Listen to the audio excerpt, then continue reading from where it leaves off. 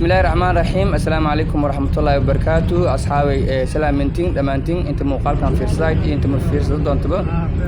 ولي بسارنا باور قناتين ولي بمركزي مراهن جد كان جدا ولي بكمية تولي كهوس قوي مقالة بيدوا لكن أنكو دارن مقالة بيدوا إلى 8 كيلومتر أو كله marka reer beedow iyo waliba dadka dhulkan ka safaro may loo warsaday dhulkan ama jidkan meelus iyo meel injeeda iyo meelus koy kulay may kumid ah jidka magaalada beedow jid leeyay jidka oo maanya fuulka kan oo goob guushaweelo iyo kan oo markaasay nagobo onadka marka reer beedow gaar ahaan dadka beeraleyda dhinacan baa waliba markaasay wajaan lan kiray inuu sheegan dhulkan ama jidkan meel us injeeda iyada ma sintiin fiirsada waan insha Allah share garay like garay asxaabkeena ka taa garay hoob iyo ka saayan ma sintiin insha Allah